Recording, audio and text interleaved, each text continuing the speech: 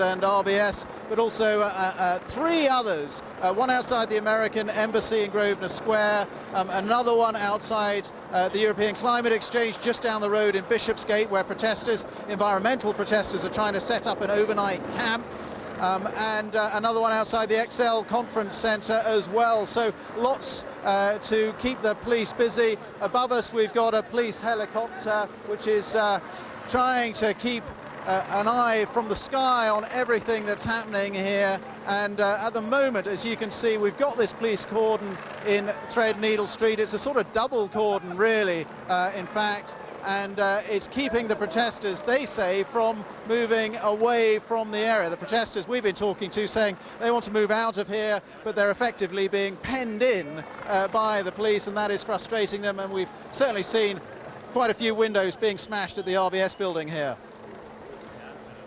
That was Ben Brown reporting there from the City of London, and of course we will be back with Ben very shortly as we continue our coverage here on the BBC News Channel throughout the afternoon, not just of those events in the City of London and some of the other demonstrations that are planned, of course, but also of the political elements as world leaders are gathering here in London ahead of tomorrow's G20 summit. And with that in mind, President Obama has stressed the sense of urgency needed to tackle the worst economic crisis since World War II. Although the main event is tomorrow, there's already been a lot of diplomatic activity with bilateral meetings to try to thrash out any problems and work on solutions. Well, this morning, Gordon Brown and President Obama spent 2 hours in talks at Downing Street, and that was followed by a joint news conference. President Obama said their discussions have been productive, but conceded that the nations involved would not be able to agree on every point as they negotiate on how best to tackle the global economic crisis. Well, this lunchtime, President Obama met the Russian President, Dmitry Medvedev, and they've announced talks to limit the number of nuclear warheads that both countries hold. And at around 4:30 this afternoon, French Prime Minister Nicolas Sarkozy and the German Chancellor Angela Merkel will hold a joint press conference. Mr. Sarkozy's threatened to walk out of tomorrow's summit unless there's a deal on tough new regulation of global finance. This report from Paul Adams. President Obama may not want to hog the limelight, but on this, his first overseas trip, that's just the way it goes.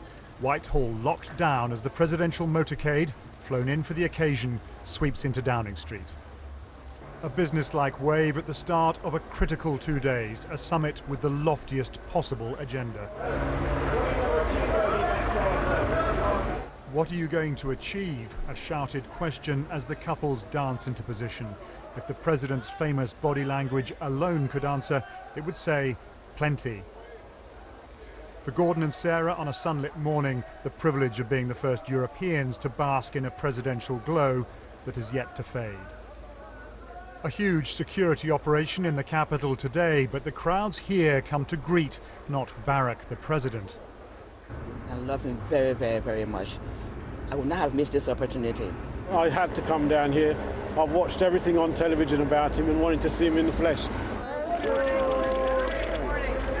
Another couple savouring the moment, the Foreign Secretary David Miliband and his counterpart Hillary Clinton, with plenty on their plate today. This huge gathering a chance to address a host of global issues. More warmth on display inside. With tough talking ahead, no qualms here about displaying the strength of the special relationship. The Prime Minister happy to be shepherded from his own room. Out of Downing Street's narrow confines and into the opulent grandeur of the Foreign Office, a chance for the two men to set out their stall. Your first 70 days in office have changed America, and you've changed America's relationship with the world. Plenty of mutual appreciation, and then this confident assertion from the host. We are within a few hours, I think, of agreeing a global plan for economic recovery and reform. And to those Europeans who worry about being steamrollered by Britain and America, words of reassurance and resolve from the President. G20 nations are appropriately pursuing their own approaches. And as Gordon indicated, we're not going to agree on every point. I came here to put forward our ideas, but I also came here to listen, not to lecture. Having said that, we must not miss an opportunity to lead. Determination then, and a sense of shared purpose. Two leaders who know that this meeting cannot be seen to fail. But others will have their say before the day is out. The summit hasn't even started. Paul Adams, BBC News. Well, let's return to those scenes now on the streets of the City of London, specifically, where if you've been watching throughout the morning, you'll be aware that protesters were gathering initially outside the Bank of England. What you're now seeing are the scenes just up the road, still on Threadneedle Street, now outside the Royal Bank of Scotland, whereas you'll be aware there has been a little bit of trouble in recent moments. You can see Ben Brown there. Ben, tell us what's happening now. Right, well, I'll try to, because it's pretty chaotic here. What we're seeing really is protesters, quite a few thousand of them now, and they've been throwing objects through the air, both at the line of police here, who they say are penning them back, actually, because they want to move further up that road. But this line of riot police that's here across Threadneedle Street. Also, some of the windows in the Royal Bank of Scotland just behind me have been smashed. Some of the protesters trying to actually get inside the RBS building and to set up tents there, to camp out there. OK, let's just talk to some of the protesters, perhaps. No, none of them want to talk to us about what's going on here. But what I can let me just talk to you, sir. Can you just explain what you think is happening here? We've tried to go along this route, protesting peacefully. OK, we've been angry, but you can understand that we've been angry. And basically, the police have just come here and penned us in. And from all sides, we can't get out. No one can go out. No one can come in. We can't. Where is it you want to go to? That way. Can I just ask you, why are you here? Why are you protesting? Well, because I think the government have made an absolute ass of themselves, and look what they're doing. They've encouraged the police to be violent. Okay, the police are now, as you can see, moving the protesters, trying to push the protesters back, and the protesters are pushing against the police. So you've got a classic standoff here. The police with their riot shields, with their helmets, and actually with batons, although they haven't raised their batons yet, but they are armed with batons. But they are pushing the protesters back down along Threadneedle Street, just outside the Royal Bank of Scotland, the RBS, where several windows have been smashed in the last few minutes.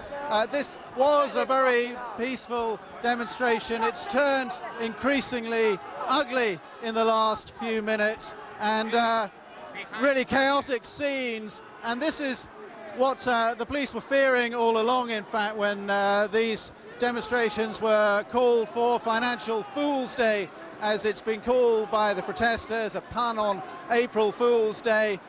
This is why so many police officers have been deployed on the streets of London. I think if we can just turn the camera over there, we can see real clashes now going on. A lot of pushing and shoving, a lot of argy-bargy between this police line and the protesters as it tries to drive the protesters further down Threadneedle Street, right outside the RBS and also the Bank of England. And it's getting increasingly ugly, as you can see. We haven't really got much choice. We have to stay here because we're kind of sandwiched in. The police are now more objects being thrown by the crowd, and the police trying to push them back. Some of the protesters that we saw a little bit earlier on were actually trying to get inside the RBS building and trying to get inside the RBS. And now beer is being thrown, liquid is being thrown, and increasingly nasty, ugly scenes. There certainly are, in this huge coalition of the G20 meltdown, as it's been called, something like 80 groups, and the police always feared that among those 80 groups there were some pretty hardcore anarchists who were hell-bent on causing trouble. As far as the protesters are concerned, they say that the police have been looking for a fight and looking to provoke violence. So you've got those two opposite viewpoints. Police holding us in prison. We want to go, but the police are just causing the trouble. You know, we have the right to leave this protest, but the police won't do it. If you try to leave the protest, they baton you with their batons. Is that right? Is that British freedom? All right, well, that's the view of one of the